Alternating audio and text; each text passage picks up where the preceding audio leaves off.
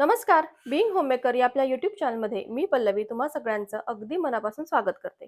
मैत्रिणींनो, आधी कितीही स्वच्छता केली ना तरी सणाच्या आधी 4-5 दिवस एक शेवटचा हात फिरवायलाच हवा. म्हणजे सणा दिवशी आपलं घर अगदी स्वच्छ, सुंदर आणि प्रसन्न दिसतं.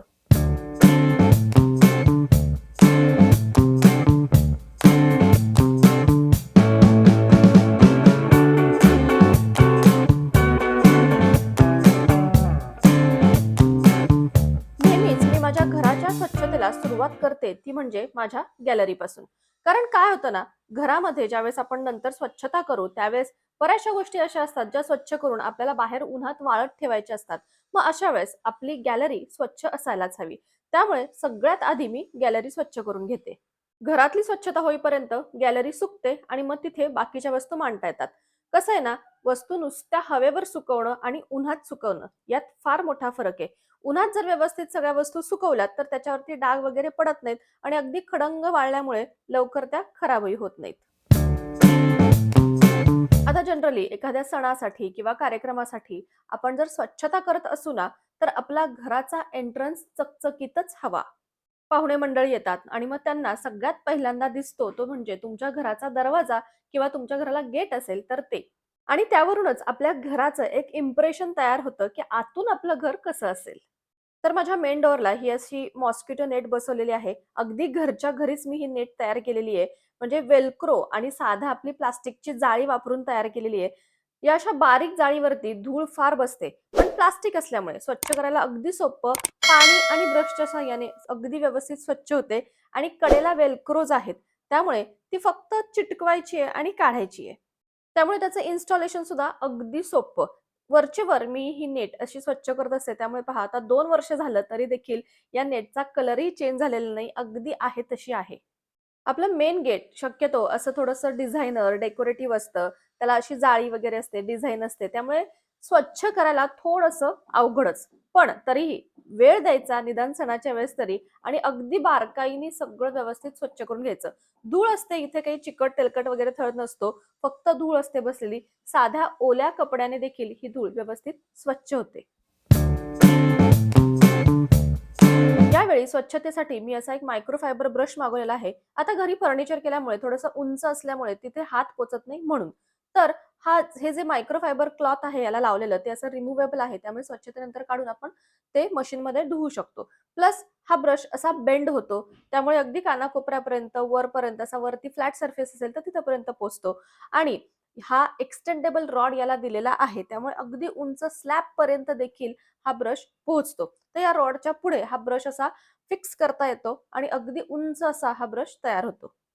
त्यामुळे आता इथे माझं एक काम सोपं झालं, की उंच ठिकाणी असं स्वच्छता करण्यासाठी मला स्टूल किंवा अशी वेगळी शिडी वगैरे घ्यायची काही गरज नाही. हा ब्रशच मला पुरेसा आहे. याला मायक्रोफायबर क्लॉथ असल्यामुळे अप्लायन्सेस वरची धूळ चटकन स्वच्छ होते. पुन्हा जर असं प्लेन फर्निचर असेल तर तिथे देखील अगदी व्यवस्थित स्वच्छता करतो किंवा असं थोडी काही डिझाइन असेल तुमच्या फर्निचरला तर तिथे देखील हा आतपर्यंत पोहोचून व्यवस्थित सगळी धूळ स्वच्छ करता येते. आणि अगदी हवा तसा बेंड होतो. जसं की आता मला ही फ्रेम क्लीन करायची आहे, तर मी फक्त त्याला अगदी थोडासा टिल्ट केलेला आहे आणि व्यवस्थित अशी फ्रेम क्लीन झाली. पुन्हा पहा, जिथे आता माझा इथे हात पोहोचत नाही, पण तरीसुद्धा अगदी खाली उभं राहिल्या-राहिल्या मला हे व्यवस्थित स्वच्छ करता आलं. स्टूलवर वगैरे चढून अशी उंच ठिकाणची स्वच्छता केली, तर सारखं खाली लक्ष जातं, पडतोय की काही आपण किंवा आपला पाय घसरतोय का? पण इथे मात्र अगदी खाली जमिनीवर उभं राहूनच तुम्ही ही वरची सगळी स्वच्छता अशी करू शकता.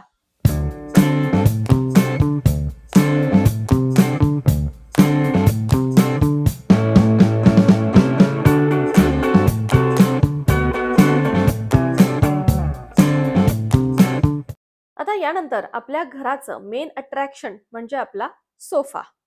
हे सोफा क्लिनिंग सोफ्याच्या टाईपनुसार बदलतं. जसं की माझा हा संपूर्ण फॅब्रिकचा सोफा आहे. कुणाचा वुडनचा असेल, कुणाचा प्लास्टिकचा असेल किंवा कुणाचा लेदरचा असेल. वेगवेगळ्या प्रकारचे सोफे असतात. त्याप्रमाणे त्याचं क्लिनिंग देखील आपल्याला वेगवेगळ्या पद्धतीने करावं लागतं. माझ्या सोफ्याला पूर्ण फॅब्रिक असल्यामुळे धूळ त्याच्यावरती चटकन अट्रॅक्ट होते.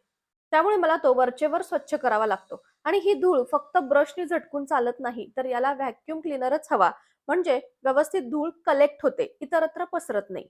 आता तुम्ही बघू शकता, इथे तुम्हाला सोफ्यावर इतकी धूळ दिसत असेल, पण व्हॅक्यूम क्लीनरमुळे अगदी चटकन ही सगळी धूळ स्वच्छ होते आणि ती इकडे-तिकडे पसरत सुद्धा नाही. बरं, नुसतं व्हॅक्यूमिंग पण चालत नाही.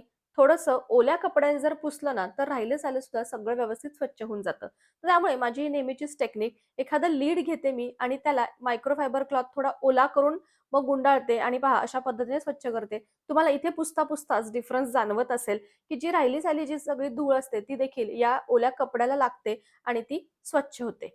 फक्त एवढं आहे, की अशा पद्धतीने स्वच्छ केल्यानंतर थोडासा ओलसर होतो. त्यामुळे फॅन अगदी फुल स्पीडवर चालू करून तो पूर्ण सुकून द्यावा लागतो. ही पद्धत मी नेहमीच सोफ्यासाठी वापरते. त्यामुळे 2 ते 3 वर्ष झाले असतील माझ्या सोफ्याला. अजून माझा सोफा आहे तसा आहे. तुम्ही मागचे व्हिडिओ सुद्धा चेक करून पहा. सोफा अगदी स्वच्छ आहे.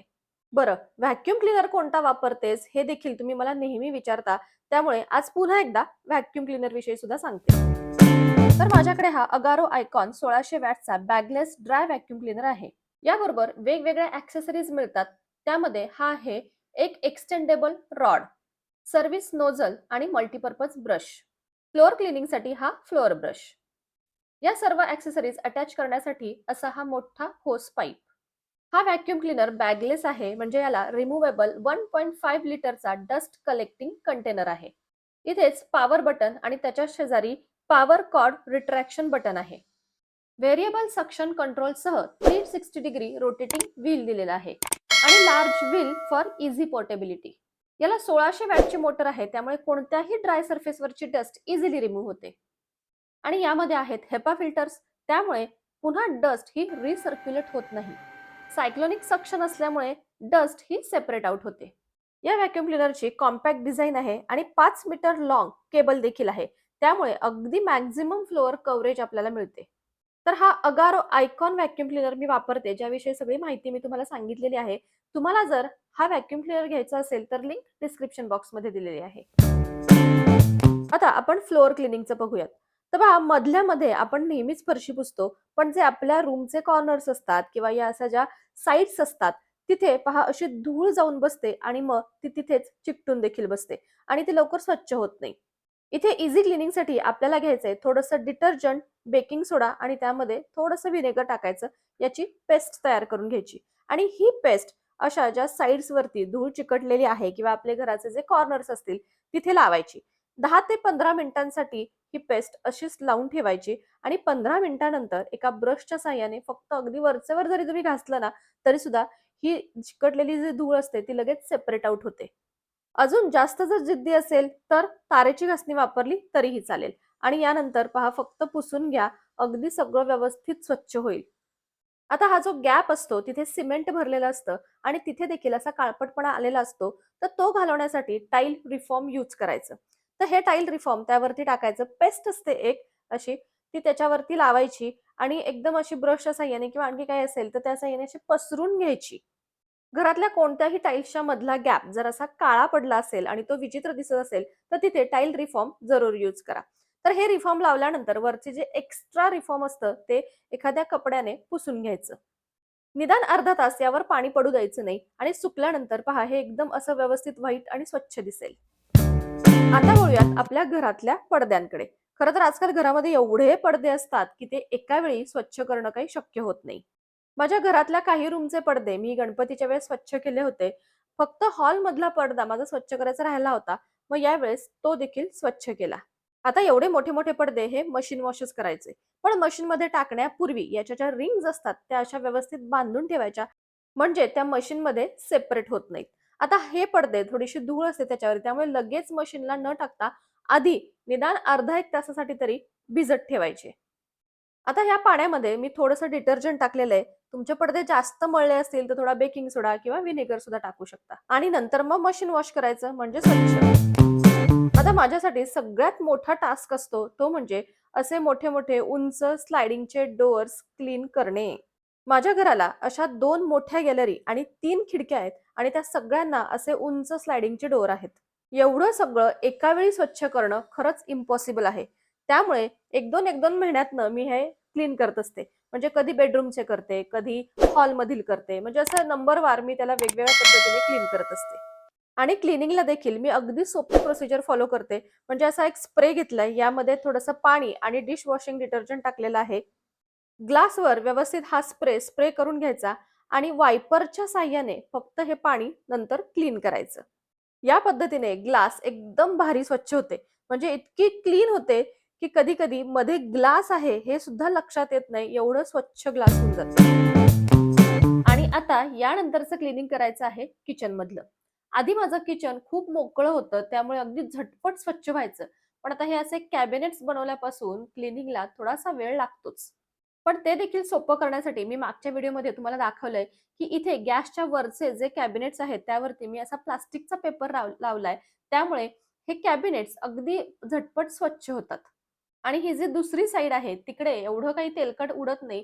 त्यामुळे मी फक्त बेकिंग सोडा आणि पाण्याचं एक थोडंसं सोल्युशन बनवलेलं आहे आणि त्यामध्ये हा मायक्रोफायबर क्लॉथ मी बुडवून घेतलाय.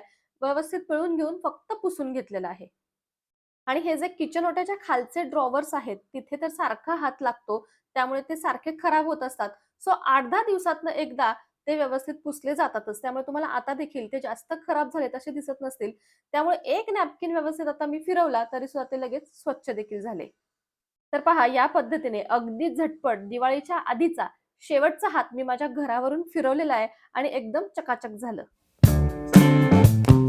तर मैत्रिणींनो, आधी कितीही स्वच्छता केली तरी सणाच्या 4-5 दिवस आधी एक शेवटचा हात फिरवावाच लागतो. म्हणजे सणा दिवशी अगदी सगळं चकाचक स्वच्छ दिसतं आणि घर देखील प्रसन्न वाटतं.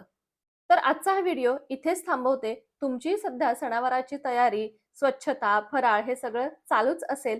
या येणाऱ्या दिवाळीसाठी तुम्हाला सगळ्यांना खूप खूप खूप खूप शुभेच्छा. आपला व्हिडिओ आवडला असेल तर लाईक करा, चॅनलला सबस्क्राईब करा आणि भेटू आपण पुन्हा एकदा अशाच नवीनच्या व्हिडिओमध्ये. तोपर्यंत बाय बाय.